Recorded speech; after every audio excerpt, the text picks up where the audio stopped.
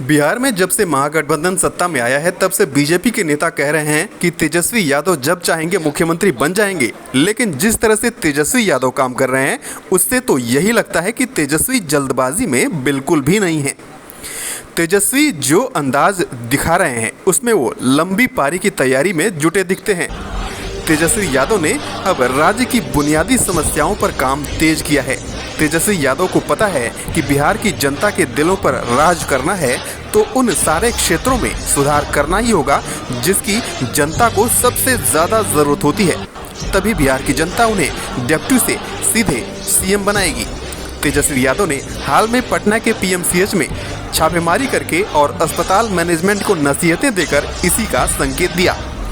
दरअसल बिहार में जब लालू राबड़ी की सरकारें थीं तो राज्य बिजली और सड़क के लिए बदनाम था। 2005 में नीतीश कुमार के सत्ता में आने के बाद इस क्षेत्र में सबसे अधिक काम किया गया। इसका फायदा भी नीतीश कुमार को विधानसभा के आगे के चुनावों में मिलता रहा। लेकिन लालू राबड़ी शासनकाल से लेकर नीतीश तक अगर किसी क्षेत्र में सुधार नहीं हुआ तो पहले नंबर पर है स्वास्थ्य। राज्य में हालात ऐसे हैं कि आज भी बिहार के लोगों को इलाज के लिए बिहार से बाहर का रुख करना पड़ता है या फिर कुछ एक निजी अस्पतालों में मजबूरी में महंगा इलाज कराना होता है। स्वास्थ्य सुविधाओं का अंदाजा तो इसी बात से भी लगाया जा सकता है कि बिहार के मुख्यमंत्री नीतीश कुमार को आंख दिखाने के लिए भी दिल्ली जाना पड़ता है। ऐसे तो जो भी सरकार में होता है वो कहता ही है कि हम काम करने के लिए आए हैं, काम करता भी है। लेकिन बिहार में अगर किसी क्षेत्र में सबसे अधिक काम करने की ज़रूरत है तो वो क्षेत्र स्वास्थ्य का ही है। अगर तेजस्वी यादव को बिहार में मंत्री के तौर पर सफल होना है और सीएम की कुर्सी का सफ़र तय करना है तो ये कार्यकाल उनके पास सबसे बड़ा मौका है।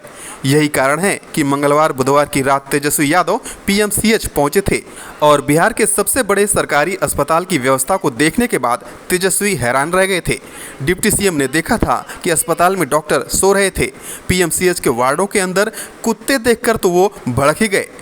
उन्होंने ये भी पाया कि पीएमसीएच में उस समय डॉक्टर और मेडिकल स्टाफ उपलब्ध नहीं थे। अपनी पहचान छिपाने के लिए तेजस्वी चेहरे पर मास्क और टोपी पहनकर कर्मचारियों और समर्थकों के बिना ही अस्पताल पहुंचे थे। उन्होंने अस्पताल के ओपीडी, जनरल वार्ड और आईसीयू का दौरा किया।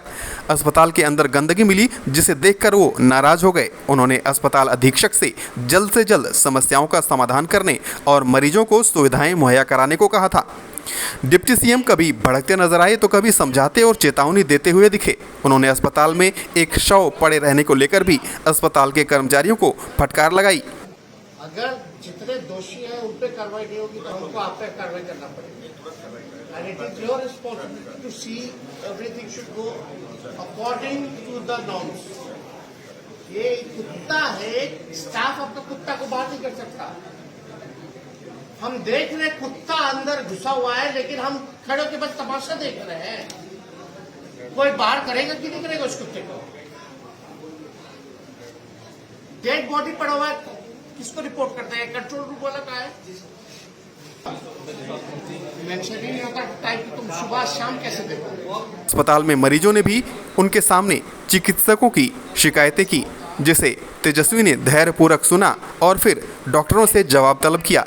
तेजस्वी यादव पीएमसीएच में कई वार्डों को देखे और जहां कमी दिखी उन्होंने अस्पताल प्रबंधन को जमकर फटकार लगाई। उन्होंने साफ लहजे में कह दिया कि ऐसी व्यवस्था नहीं चलेगी। उन्होंने अस्पताल प्रबंधन को कहा कि दोषियों को कार्रवाई करें अन्यथा आप पर कार्रवाई की जाएगी। तेजस्वी के इस रूप को देखकर प्रदेश की जनता को भी अच्छा लगा है और उन्हें उम्मीद बंधी है कि शायद प्रदेश में स्वास्थ्य सुविधाओं के दिन अच्छे हो जाएं। Bureau report, red network.